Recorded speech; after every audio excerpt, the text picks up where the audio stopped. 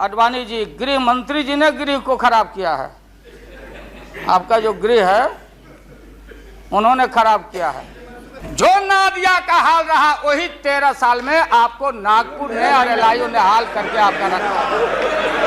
ये है रखा 13 महीना।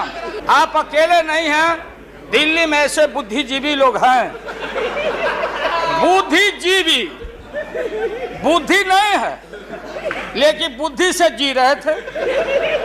रीता वर्मा, अभी भी आपका स्वाभिमान जगना चाहिए। अरे तुमको डिप्टी स्पीकर भी लोग नहीं बना सके। बैठ जाओ, हाथ पसारे जाएंगे ऊपर। बैठे बैठे बैठे। माननीय, जैसे जैसे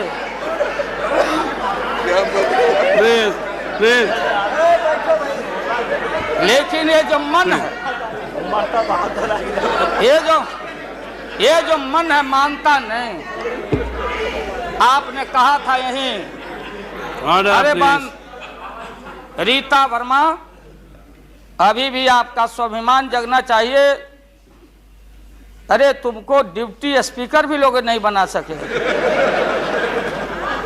बैठ जाओ, इसलिए मैं कहना चाहता हूँ। लालू प्रसाद जी,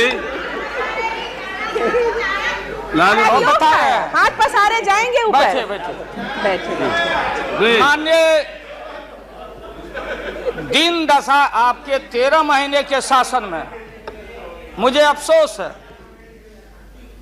13 महीने के शासन में हम लोग के पुराने गुरु जौहर साहब के कपड़ा में, लता में, अरे रुको ना भैया, सुनो तो ना, कोई परिवर्तन नहीं हुआ।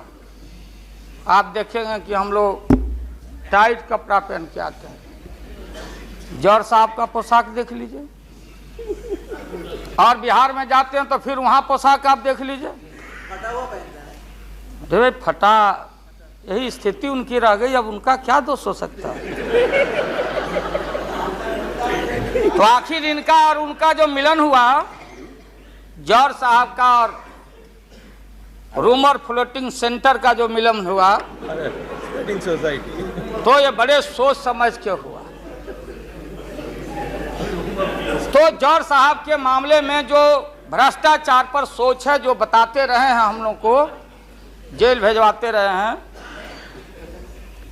राबड़ी देवी महिला मुख्यमंत्री, जिसका मुकदमा में नाम नहीं हो, अपमान कराते रहे हैं। राबड़ी देवी मिलती है माननीय प्रधानमंत्री जी से मेरे साथ में। प्रधानमंत्री जी ने माना कि ये बहुत गलत काम हुआ, तो मैं फिर आऊंगा। आपने कहा था कि दुनिया का सबसे बड़ा स्काम है पशुपालन स्काम। आएगा दूध का दूध, पानी का पानी, जैसे सारे बैठे हुए लोग। अब बचा कौन है इस मुल्क में? कौन बेदाग बैठा है? और मैं इन चीजों को आज कोई छेड़छाड़, कोई बात नॉर्म्स के खिलाफ मैं जाना नहीं चाहता हूं। बातें दबाई नहीं जा सकती है, चाहे जितनी बातों को हम जहां भी थापर साहब के टीवी में या जहां भी हम कोई बातों को कह डालें, बात दबती नहीं है, अभिलेख मिटता नहीं है।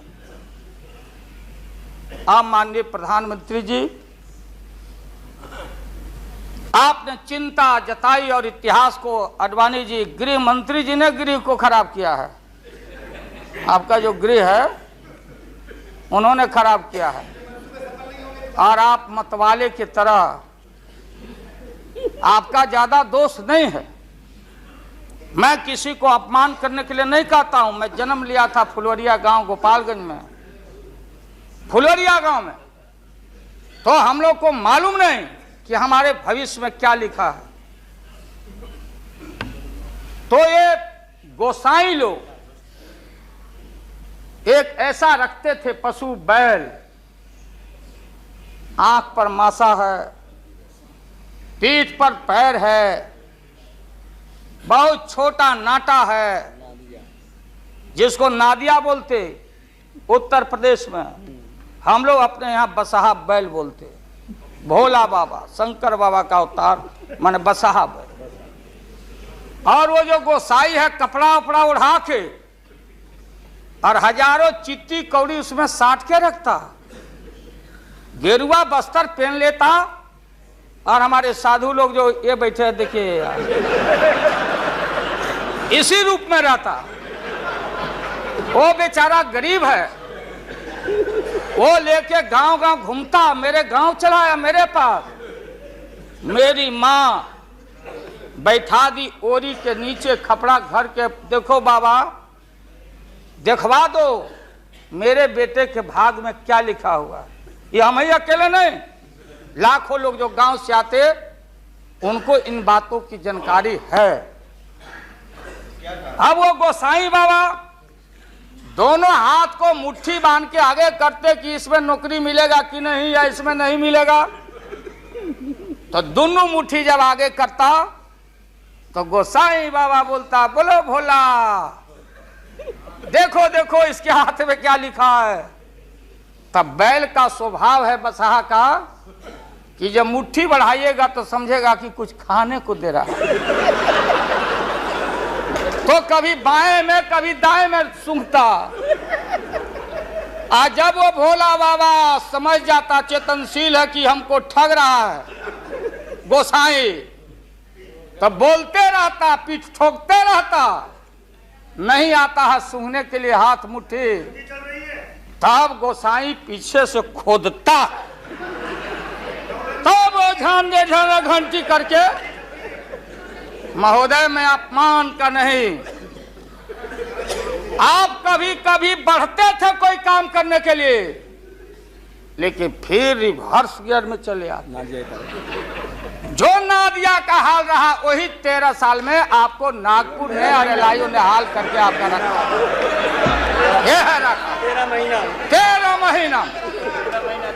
आपको एक मौका था, आप कांग्रेस की बात करते, सीपीआई सीपीएम की बात करते। जौहर साहब वहां बैठे हैं। सन 77 में छपरा से मैं मेंबर पार्लियामेंट बन के आया था लोकसभा का। हम सब लोग एक साथ थे, सभी लोग आंदोलन में थे। आप लोग भी जेल, हम लोग भी जेल, कांग्रेस के खिलाफ हम लोग लड़े थे। उस समय जसवंत बाबू जेल में नहीं थे, जो फाइनेंस मिनिस्टर हैं। थे क्या आप जेल में? हाँ, कभी जेल नहीं, आंदोलन में जेल। तो आप तो बिना हरे फिटकिरी का कोई ना कोई पद ले ही लेते हैं, चाहे इधर हो या उधर हो, दोनों पार्टी। अब उसमें आप अकेले नहीं हैं। दिल्ली में ऐसे बुद्धिजीवी लोग हैं, बुद्धिजीवी, बुद्धि नहीं है लेकिन बुद्धि से जी रहे थे। तो खैर छोड़िए इन बातों को, ज्यादा आपको टॉर्चर करने की जरूरत। तो महोदय मैं